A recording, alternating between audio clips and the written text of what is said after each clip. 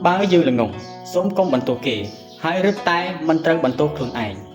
dương ngúng mình mến đòi xa nẹt na mà nẹt lời rồi ní con mình trâu bận tổ kì ai nụ đài kì mình mến chi mà cha chỉ vậtរបស់យើងឯណាហើយភាពល្ងងឬឆ្លាតរបស់យើងក៏មិនមែនជាចំណែកនៃជីវិតដែលគេត្រូវខ្វល់នោះដែរអ្នកណាហាមអ្នកណាមិនឲ្យទៅសាលារៀនអ្នកណាហាមមិនឲ្យអានសៀវភៅអ្នកណាហាមអ្នកមិនឲ្យបើកមាត់សួរគេឯងអ្នកណាហាមអ្នកមិនឲ្យសង្កេតឬចេះគិតពិចារណាអ្នកណាហាមអ្នកមិនឲ្យរៀនសូត្រពីមជ្ឈដ្ឋានជំនាញខ្លួននោះឬនិយាយឲ្យចំទៅអ្នកណាបណ្ដាលឲ្យអ្នកល្ងងបើយើងល្ងងក៏រឹតតែត្រូវបន្ទោសខ្លួនឯងដែរមានរឿងអីដែលយើងត្រូវបន្ទោសខ្លួនឯងនោះប៉ុន្តែផ្ទុយទៅវិញមានតែត្រូវជំរុញលើកទឹកចិត្តខ្លួនឯងទេតាដរាបណាយើងនៅតែដឹងថាខ្លួនឯងល្ងងនោះយើងនៅតែមានសង្ឃឹមអ្វីដែលកាន់តែយ៉ាប់និងពិបាកកែគឺការបន្តគិតថាខ្លួនឯងឆ្លាតឬការមិនទទួលស្គាល់ថាខ្លួនឯងជាមនុស្សល្ងងទេតាដរាបណា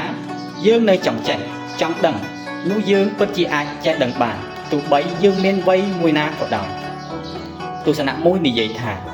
ដរាបណាយើងនៅមានដង្ហើមនោះយើងនៅតែមានសង្ឃឹមហើយដរាបណាយើងនៅមានសង្ឃឹមនោះយើងនឹងមានផ្លូវដរាបណាយើងចង់ចេះចង់ដឹងយើងប្រកាសជាមានវិធីដើម្បីចេះដឹងមិនខានពីព្រោះទ្វារចូលទៅកាន់ចំណេះដឹងតែងតែបើកចំហជានិច្ចតែអ្នកទេតាដែលព្រមបើកចូលល្ងងរីឆ្លាតគ្មានអ្នកណាខ្វល់ពីយើងឡើយពីព្រោះវាជាជីវិតរបស់យើងប៉ុន្តែការបន្តឲ្យខ្លួនឯងនៅល្ងងទេតា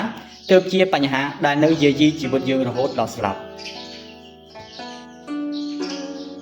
បណ្ដោយឲ្យខ្លួនឯងល្ងងមនុស្សគ្រប់គ្នាសុទ្ធតែទទួលស្គាល់អំពីតម្លៃនៃចំណេះដឹងប៉ុន្តែក៏មានមនុស្សមិនតិចឡើយដែលបណ្ដោយឲ្យខ្លួនឯងល្ងងទៅវិញគេយល់ច្បាស់ថាចំណេះដឹងល្អប៉ុន្តែគេបែរជាយកលេសពីកាសាផ្សេងដើម្បីយកមកបញ្ជាក់ទាំងងងឹតងងើថាគេគ្មានឱកាសទទួលបានចំណេះដឹង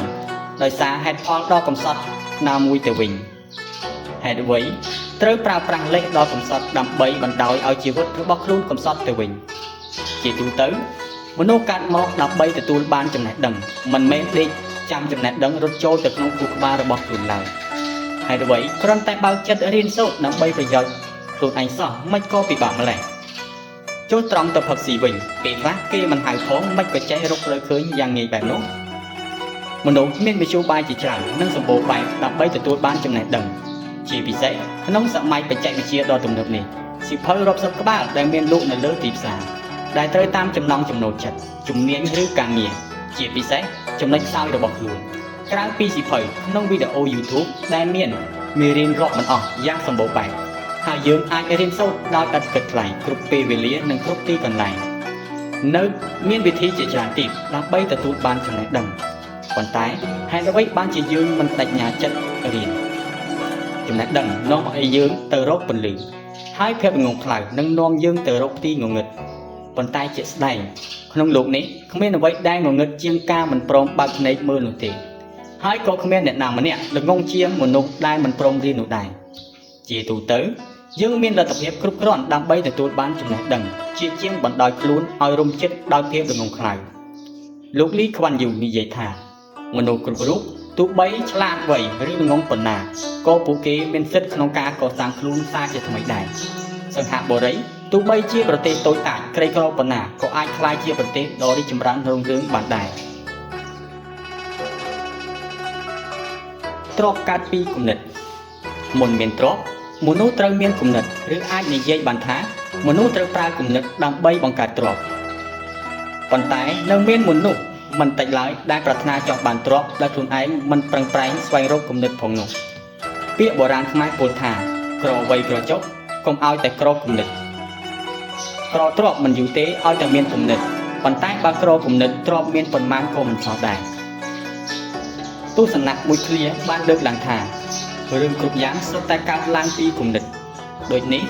ទើបយើងសង្កេតឃើញថាអ្នកមានគ្រប់រូបក្នុងលោកសុទ្ធតែមានគំនិតក្នុងការធ្វើជំនួញនឹងជីវិតរបស់ខ្លួន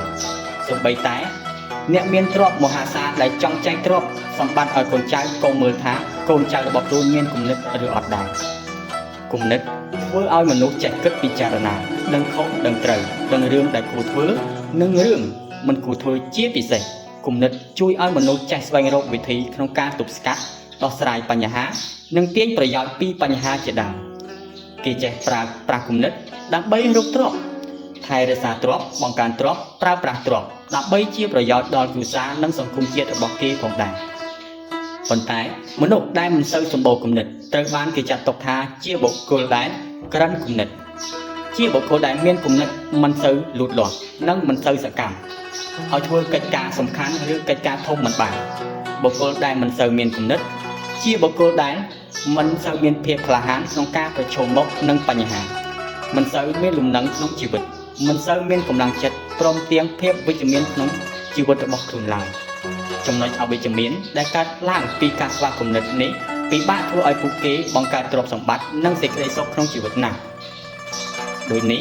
មនុស្សគួរតែវិនិយោគជាមួយនឹងចំណេះដឹងនិងវិធីសាស្ត្រដើម្បីបង្កើនគំនិតមុននឹងសង្វាក់ស្វែងរកទ្រព្យមានវិធីជាច្រើនដែលអាចជួយឲ្យមនុស្សមានគំនិត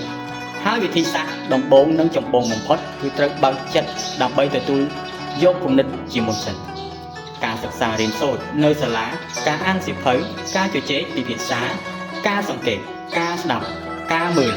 ការធ្វើសមាធិការហាត់កីឡាឬការធ្វើដំណើរកម្សាន្តជាដើមសុទ្ធសឹងតែជាសកម្មភាពដើម្បី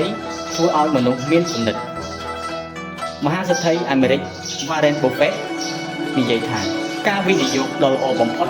ដែលអ្នកអាចធ្វើគឺវិនិយោគជាមួយនឹងខ្លួនឯងលោកបានបន្តទៀតថារៀនកាន់តែច្រើនរកបានកាន់តែច្រើនឬជាភាសាអង់គ្លេសថា The more you learn